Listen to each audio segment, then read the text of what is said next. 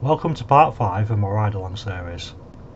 In this video I'm going to discuss the Panorama episode, E-Bikes, the battle for our streets. The episode came out on the 6th of January 2025 and the reporter was Adrian Childs. At this point I should probably give you a rant alert because I feel this is a shameless attack on e-bikes and a terrible use of journalism. There's a lot of misinformation in this episode and I'll explain what I think. The programme was pointed out to me and I was told that it's probably worth watching, so I did. The episode starts and Adrian starts talking about how e-bikes are shooting all over the place. This implies that they're going too fast and irresponsibly. Then he talks about e-bikes going fast. Now 15.5 mile an hour is not fast. If an e-bike is doing more than 15.5 mile an hour, it's either been unrestricted or it wasn't restricted to start with. In either case, it's no longer an e-bike, it's an electric moped. It's an entirely different category and has nothing to do with actual e-bikes. Next, the programme talks about the government plans to reach net zero, which is all about the emissions and stuff.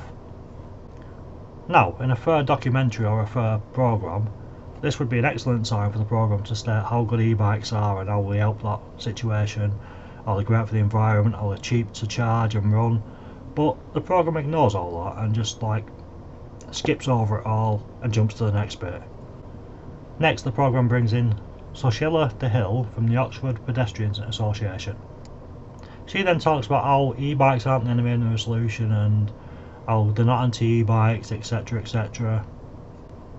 But then she goes on to say how they should be reclassified and forced to use the road. She even kicks us out of cycle lanes. How's that not anti-e-bike? Really? She then goes on to say how her members are frightened of e-vehicles. E-vehicles is a rather odd term to use because it's not very specific. And for someone who's not anti-e-bike, it seems to be she's saying, well, we don't mind them as long as they're nowhere near us. How much is she trying to demonise us? Next they have another lady, whose name I'm not going to try and say because I'll butcher it. The spelling, I don't know how to say it, so I'm not going to try. She basically says that in an ideal world we'd all be segregated. There'd be a space for cars, a space for bikes and a space for pedestrians. But it's not really practical at all, is it? And she admits it herself that it's not practical, it's just a hard thing to do. The issue from my perspective is e-bikes are too slow for the road. 15.5 mile an hour slows down traffic, which makes them impatient and want to overtake us, which makes it slightly dangerous for us on the roads. Now, is 15.5 mile an hour too fast for pavements? Personally, I don't think it is. I think if you ride responsibly, you slow down as you pass people, you keep your eye on the pavement for people jumping out and stuff, then I think we can be safe on the pavement and be reasonably safe for the pedestrians. Now let's also consider that an e-bike and an APC has the same rights as a normal bike. So are we allowed on pavements?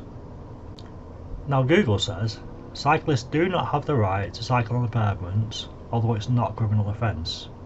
It then says we can be fined up to £500, but usually there's a fixed penalty notice of £50. When you dig deeper, reports from police and government state that it's not there to penalise us all.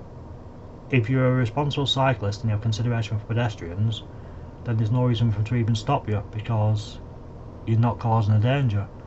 So realistically that's for people who are going too fast or riding dangerously or being a nuisance. So it seems that riding on the pavement's a grey area, but it seems to me that you're allowed to if you ride responsibly and safely. Next, Adrian makes a ridiculous comment trying to compare us to mopeds, saying how mopeds need tax, insurance, MOT, helmets, doing a very similar speed. Now, mopeds can do much faster than 15.5 mile an hour, and if the e-bike's going faster than 15.5 mile an hour, guess what? It's an electric moped. So your comparison is just stupid. It makes no sense at all.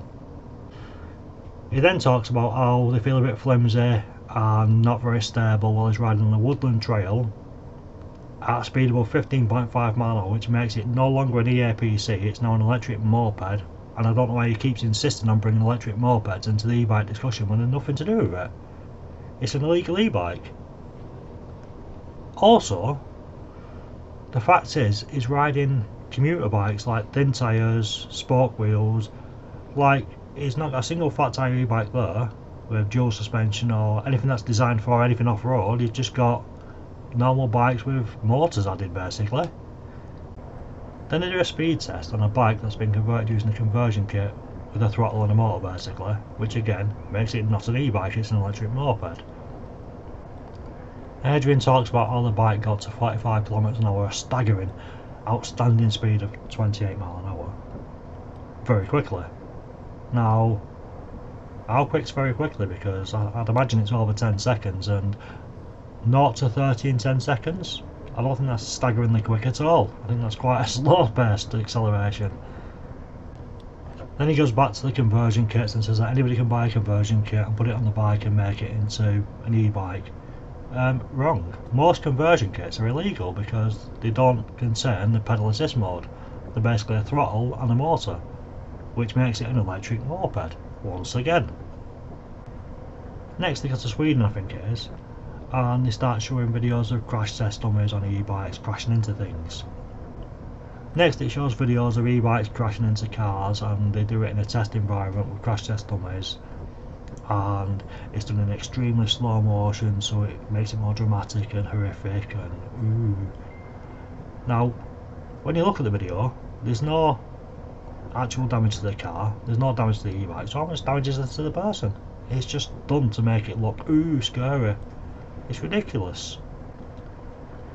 Then they go to a guy called Thomas Shop, if I pronounce that right, who says basically that an e-bike's heavier than a bike, so there's going to be more damage if it hits somebody, which makes sense. But then he goes on to compare it to a collision with the car. Now, my maths might be a bit wrong here, but an e-bike, 20 to 40 kilos, a moped is double that, and a car, a ton plus. Like, how are they comparing it to a car or a moped when it's nowhere near the same weight? It's half the weight at most. Now the next bit of the programme actually really annoyed me. It's ridiculous. It starts to talk about a man named Jim Blackwood, who's a 91-year-old man who was hit by an e-bike in 2023. Now the story that's told is that he's taking his bins out and on the way back in he's struck by an e-bike. Now on first inspection they couldn't really see anything wrong with him, just a graze on his face. And they found out he had a slight bleed on the brain and damage to an artery to his kidney. Now the story is told very vaguely, and it says that he went for an operation to sort out the artery, and the day after he had a heart attack, and then it says he died 3 months later. The man's daughter then basically says that he was in the military doing tours and stuff. One of his jobs was clearing landmines, and the family is struggling because he was basically killed outside his door. Now, RIP to the fella. I'm sure he's a lovely guy and nobody deserves to die. And I shouldn't even be talking about this, but they brought it into it and I feel it needs discussing. Now, as I said, the information is pretty vague.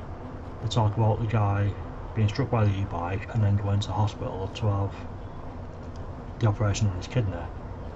Now I don't know how long that gap was between the two, because it doesn't say.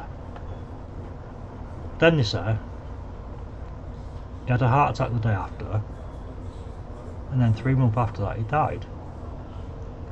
Now the programme's basically saying this e-bike killed the man. Now in the UK we have manslaughter. So if there's any evidence to suggest that the e-bike actually did kill the man, the cyclist would have been sent to prison for manslaughter, because manslaughter is the accidental killing of somebody else. Now, again, I shouldn't really have to be discussing this because any loss of life's bad, like any death's bad. But I don't see why it's in the documentary, and the fact they brought it into the documentary means I have to discuss it. The programme says nothing about the e-bike rider, nothing about the e-bike, whether it was legal or not legal.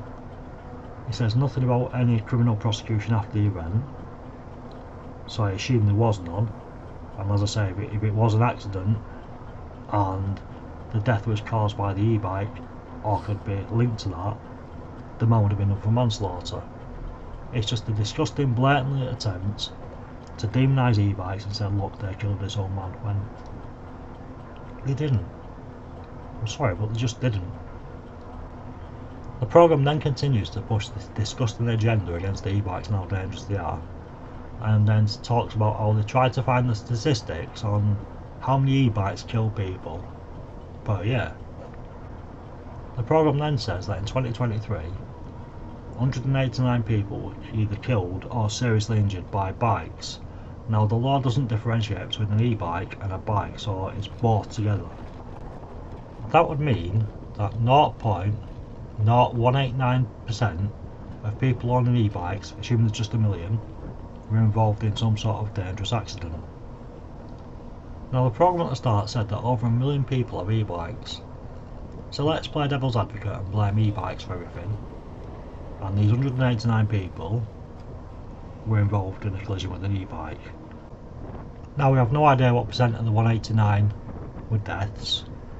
And again, like I say, it's e-bikes and bikes. We have no idea what percent was actually e-bikes.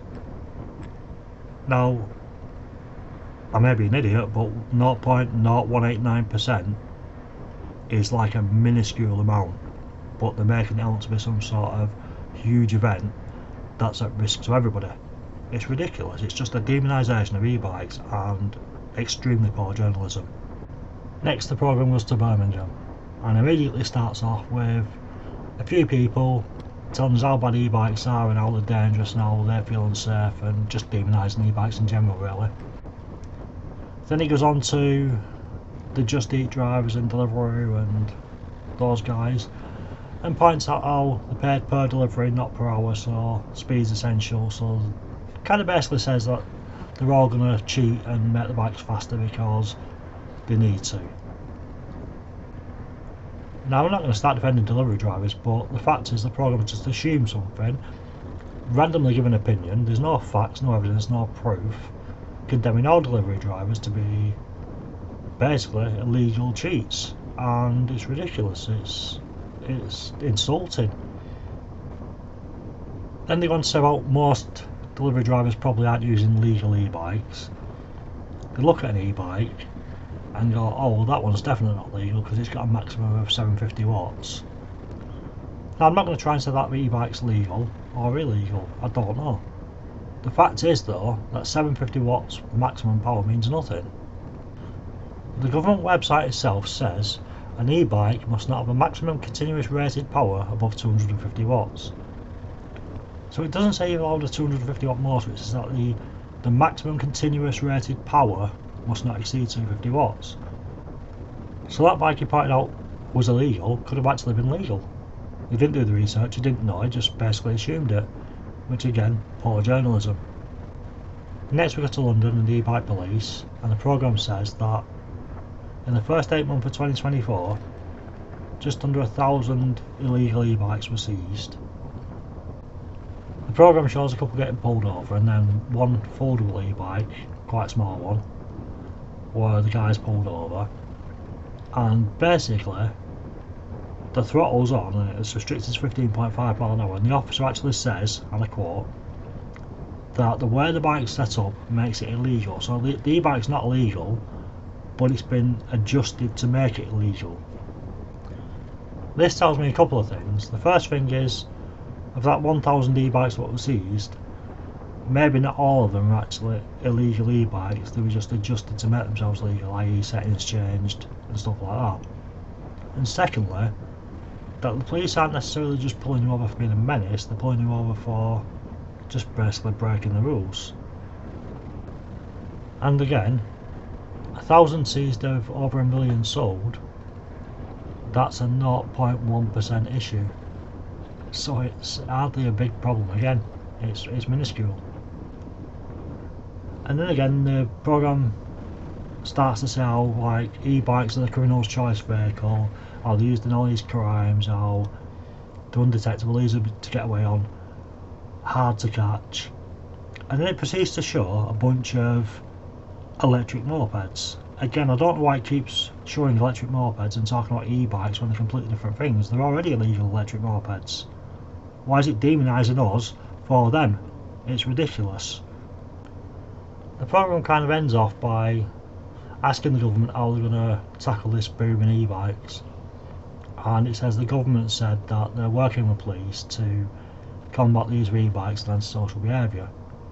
Now again, I'm assuming that means like speeding through pedestrians and riding dangerously, which again makes it an electric moped, not an e-bike.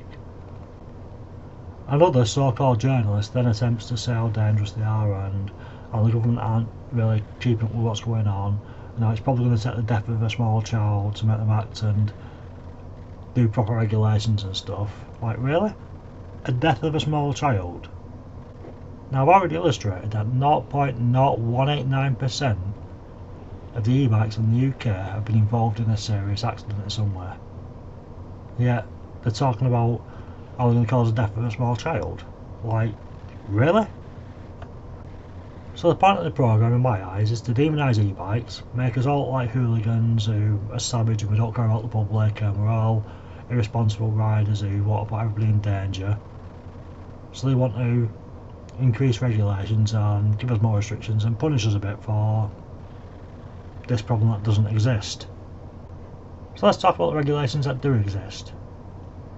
Now if you ride on pavements and you're being irresponsible, the police can stop you, give you £50 on the spot fixed penalty notice, or they can give you up to a £500 fine, because technically you're not allowed to be on the pavement, so they would have that power to do that. Now if your bike's illegal, so it's an electric moped, so you've tampered with it in some way, or bought just an illegal one, what happens then? Well, for a start, it's now an electric moped, which means it follows the same law as a moped. So, you can now be charged with no tax, no MOT, no insurance, an unregistered vehicle, driving without a licence. Now if you do have a licence, you're still getting charged with no tax, no insurance and MOT, and whether you have a licence or you don't have a licence, you're getting points on the licence either way. Plus your bike's getting seized, and whatever fines they give you for that sort of stuff anyway. So you're in a lot of trouble if you get caught on an illegal e-bike. Now personally, that does seem to me that the police have quite a large power when it comes to e-bikes and the misuse of them. So I don't really see where this big problem is and how we need all this regulation and stuff around it when we already have regulation in place that is more than adequate to punish anybody who's misusing them.